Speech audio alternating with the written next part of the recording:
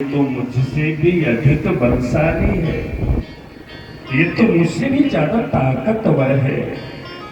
तो इत्थं गजेन्द्रस्य यदा संकटम, पहली बार मन ने कहा गजेंद्र आज तो संकट में फंस गया। आज पहली बार जिसने भी पैर पकड़ा है तो जिसे भी अधिक बल वाला है। दोनों में द्वंद युद्ध प्रारंभ हुआ।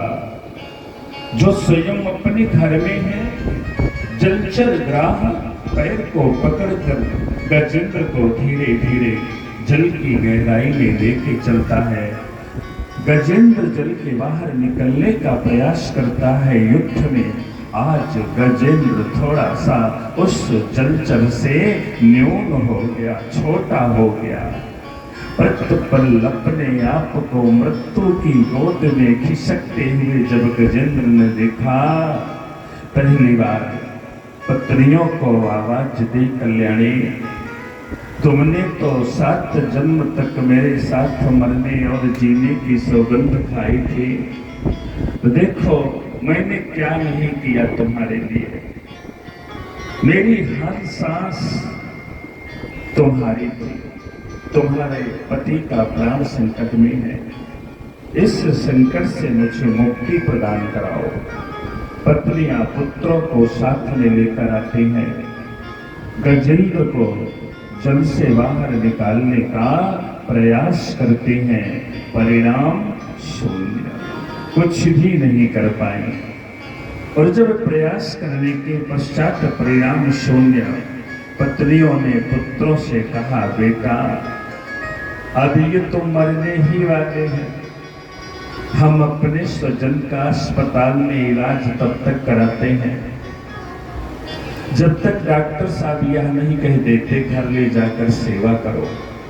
और जैसे ही डॉक्टर ने कहा सेवा करो, परिणाम सामने आ जाता है। प्रयास करने के पश्चात भी ये बचने वाले नहीं है। और जैसे ही पत्नियों ने देखा, प्रयास किया, अब ये बाहर नहीं निकल पा रहे, तो पुत्रों से कहती है, बेटा ये तो मर ही रहे हैं, अब हम ही बचा लें अपने आप को। जल के बाहर निकली, दूर से खड़े होकर अपने छोटे छोटे नेत्रों से गजेंद्र की मृत्यु का तमाशा देखने लगी। हर पल हर क्षण गजेंद्र मृत्यु के मुंह में जा रहा है।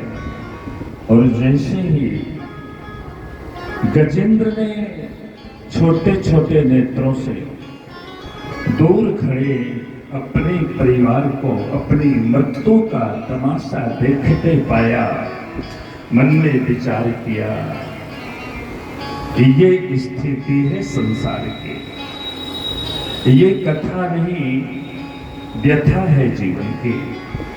यही संसार का नियम है। जब तक हम स्वस्थ हैं, मस्त हैं, प्रसन्न हैं, हमारे दरवाजे पर 4 लोग मिलेंगे। और जरा सा ठोकर लगी, जरा सा आपत्ति विपत्ति आई ना, तो अपनों के भी दरवाजे बंद मिलते हैं। ये संसार की स्थिति है। गजेंद्र मन में विचार करता है, दूर से खड़े होकर मेरी मृत्यु का तमाशा देखने वाले मेरे अपने नहीं हो सकते।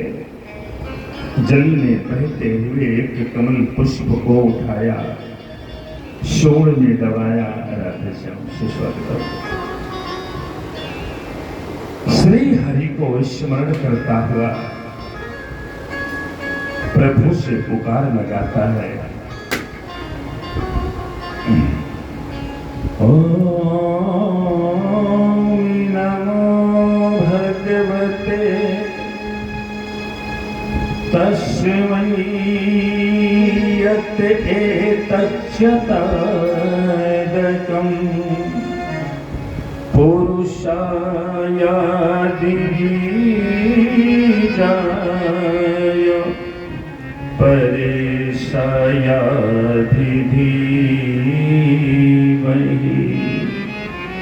और गजेंद्र की इस स्तुति को हमारे वेदराज संत श्री सुखदेव जी महाराज जी ने गजेंद्र मोक्ष स्तुति के नाम से गाया है।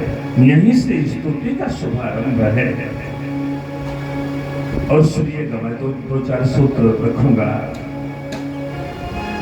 और मुझे थोड़ा सा अंदर की जानकारी तो ये मिलती है कि पंडित जी संगीत कम होता है कथा में,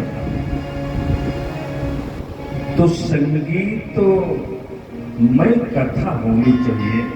कथा में संगीत तो अच्छा लगता है, लेकिन संगीत में ही पूरी कथा हो तो भागवत लगता है हो नहीं पाए, मेरा जो अपना मानना है। अच्छा कि नहीं, वेदांत में चर्चा करूंगा। भागवत तो सीधे सीधे भी हो सकती है ना, इसमें संगीत की आवश्यकता क्या है? संगीत की आवश्यकता कहां से हुई? क्यों संगीत